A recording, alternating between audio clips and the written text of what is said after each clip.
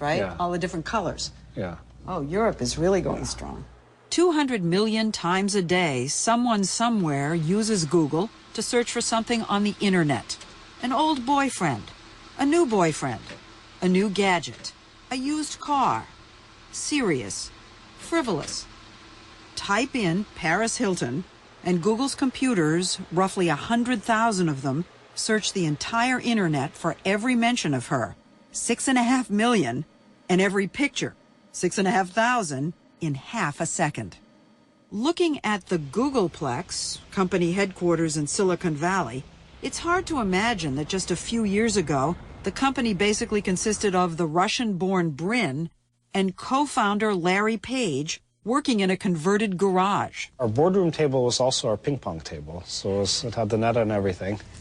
And the dress code? Well, I'm probably a bit embarrassed when I look at the photos back then. I think we were pretty much disheveled students. A lot of Googlers still look like disheveled students. Inside, the Googleplex feels more like a college dorm than a corporate office. Bikes in the hallways, dogs under the desks, and there's a strong spirit of play. Besides all the ping pong, there's a volleyball game every day at noon. This was really where we spend, the overwhelming majority of our time. And so in order to have a good lifestyle, we had to have a good lifestyle at work, which meant that, you do have lots of sports and things. We have our ski trip. You mean together? The whole company goes on a ski trip. Still? Yeah, well, we're going to have to, it's going to be hard this winter, but we're going to try for it. Yeah. How many people work here? It's approaching 3,000. Whoa. It's going to be a big ski trip. You're going to have to have your own mountain. Then again, you can afford it. Well, Google can afford a lot of things these days, and so can its employees, many of whom had stock options. Something like 1,000 became millionaires when the stock went public. And Brin and Page, barely into their 30s, are worth about $6 billion each. okay, so now which camera should we buy? But they are doing everything they can to keep the money from becoming a distraction. Brin treated the day the company went public as just another workday. And everybody was focused on their projects. One of the engineers I talked to, and I asked him what his plans were, and he said he was going to throw out all of his socks and buy new ones so they would all match. They'd all be the same kind. So that was the kind of extravagance that we're seeing here. Have you gone out and splurged on anything yourself? I bought the shirt. A new T-shirt. Wow. No Jaguar? No, I still have a little Japanese car. If anyone got a Porsche or a Ferrari right now at Google, they'd probably be drummed out of the company. John Battelle is an author and entrepreneur who's been following companies in Silicon Valley for 20 years. Google has a brand image to maintain, and their image is they're all about innovation, they're all about the internet, they're all about trust, they're not about selling out, they're not about getting rich quick. And so you've got a culture like that. I think if anyone were to buy, a new Mercedes convertible and drive around with the stereo blaring and, miss work a couple days because they're rich now, that would not be acceptable behavior at Google. That was acceptable. Peer pressure. Yeah, so the peer pressure is kicked in. But trust me, there's a Mercedes convertible in every one of their heads. There is. And it will come out. Over time, it will come out. As if to prove they're not being distracted by the money, Google has been on a tear in the months since going public, with what seems to be a new product announced every week, Google Print, to make millions of books searchable online, including collections at Harvard, Oxford, and other leading libraries. Google Desktop, which lets you search your own computer's hard drive, and another new addition called Keyhole. It's satellite imagery, so it's basically photography of the world taken from above. Google executive Marissa Mayer, yeah, most of them are this young, showed us how Keyhole can find an aerial photo of almost any address. So if I search for Amphitheater Parkway, which is our address here, you can see it starts to do this nice zoom in. The Googleplex, here we come. Ooh, look at that. Oh, that is cool. And we're somewhere right in here. Somewhere in here, more new ideas are being hatched. Google's style is to race them out in beta form. That means not finished yet. and let users play with them for free and make suggestions. Actually, almost everything on Google's home page is free. No one pays to search. So we can search for something like flowers. Oh, flowers is wonderful. So people always ask us how Google makes money. And you can see here are the 10 objective results. On the left side of the screen, you get the top 10 websites Google found related to flowers. But we also have what we call sponsored links. Now, these are these ads over here, and you just clicked on one of the ads. That's right. This is how Google makes money. This is how Google makes money. When she clicked on that ad for FTD, FTD paid Google. It's a revolutionary idea, advertising to an audience of one, and one who's already looking for what you want to sell. The rates are so low, typically between 5 cents and 50 cents per click, that almost anyone can afford to advertise, from the biggest company to the smallest mom and pop.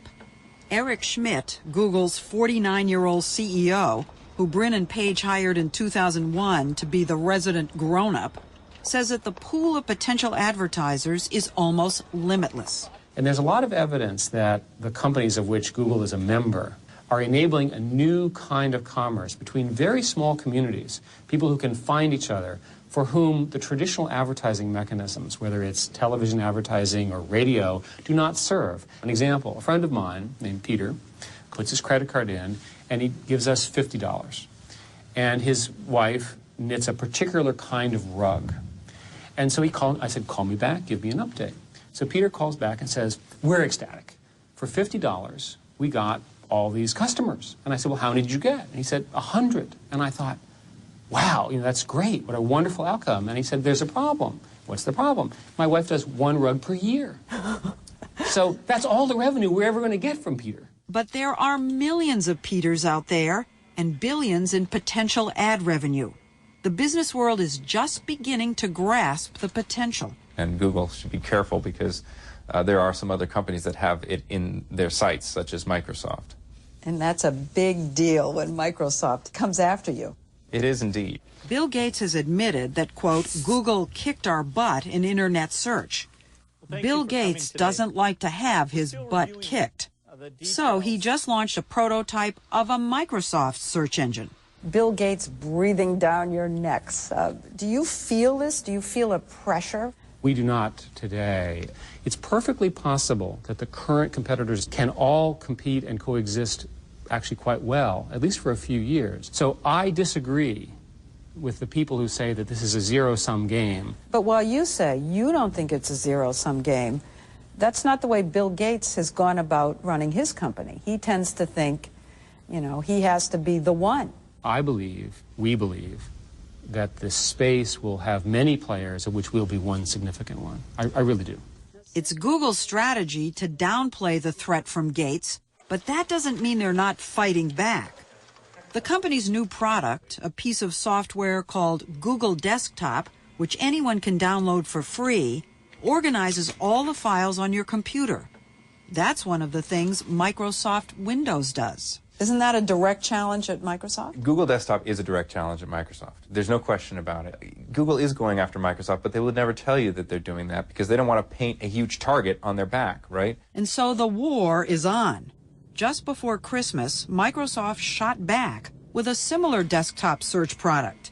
And Yahoo, another competitor, announced plans to do the same.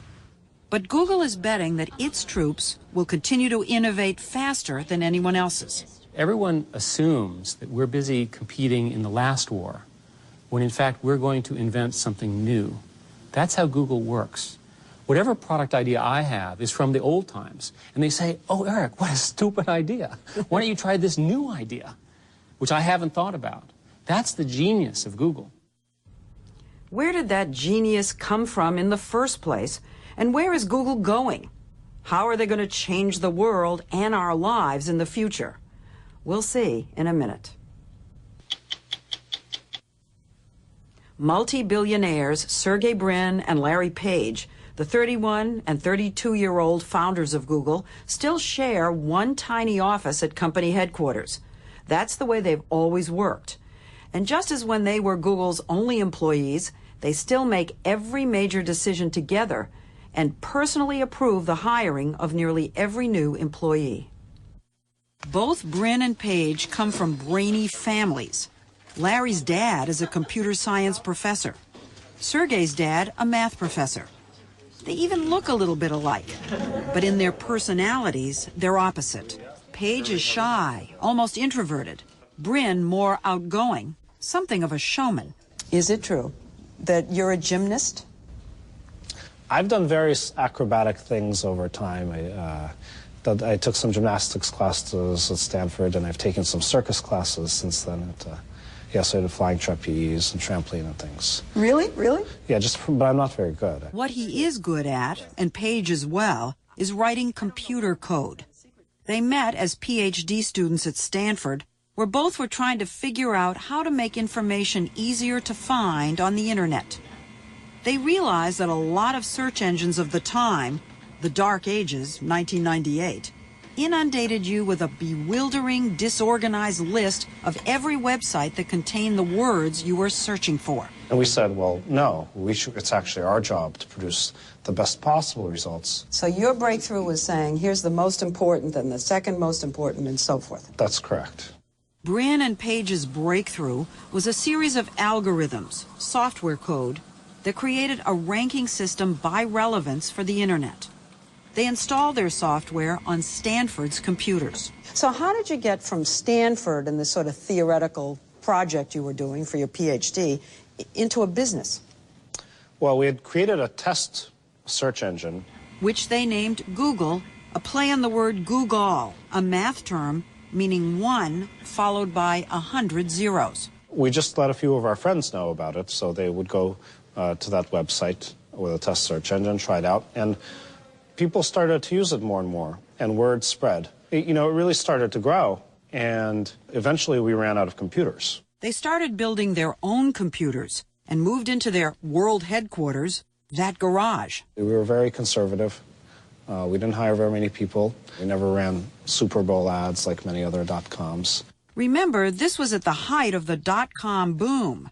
When that boom went bust in late 2000, says Silicon Valley author John Battelle, Google was one of the few survivors. Google was this odd company that it seemed like the internet bust never happened. The lava lamps were going, they had a chef, they had parties, everyone was happy, everyone seemed to be enjoying their work. Now, most of the Silicon Valley, the opposite was true. It was a smoldering wreckage. and so they hired some of the smartest, best engineers they could find during a time when they were so thankful to have a job. There was something else different about Google, the company motto, do no evil. Where did that come from, and what does it really mean? We tried to boil it down at some point to a code of conduct, so to speak, for Google. Well, how do we make all our decisions? For example, we don't mix our ads with our search results. We always label the advertising clearly down the side of the page. And that comes under do no evil. That's right. There's no business relationship or anything that controls the search results. To this day, Google has never run a TV commercial. Their popularity has spread literally around the world by word of mouth, as people everywhere search for everything under the sun. So let's do a search for 60 minutes. And these are web pages that contain the term 60 minutes. 19 million web pages found by Google's computers in a fifth of a second. But it seems to me that all the ones that are listed here in a fast glancing down are all controversial. They're all pieces that ran on 60 Minutes that have created some kind of controversy. And that's a big problem with Google. Its ranking system tends to put negative events or statements at the top of the list. If you Google a person, for instance, what kind of a picture of that person can you really get? An entirely skewed one, in my opinion. When anybody puts in a name and that person has had a terrible event, that will become her life. That will become who she is in the world. Google CEO Eric Schmidt. As hard as we try, we have not yet understood how to make value and moral judgments about information. And we can't distinguish between hugely popular, accurate information and hugely popular, dated information. Skewed. Or skewed. Yeah. We try our best, but it's imperfect. We're working on better ways of understanding. That's not their only challenge. The main thing now is managing the company's explosive success. They're expanding so quickly that they might just blow up, that the wheels might just come off, that it's very difficult to manage a company that's growing as quickly as Google. Are people inside saying, oh my God, it could get out of control? We worry about it every day. We've put a set of systems in place to try to address it. Our internal enemy is growing and losing control of that growth. A good example, Google is hiring about 25 new people every week, and it receives more than 1,000 resumes a day. But they are determined to stick to their rigorous screening process. The most important thing that I do is to try to hire the best people, and we do it with a huge team here. Alan Eustace is the engineer who's in charge of luring computer geeks to Google.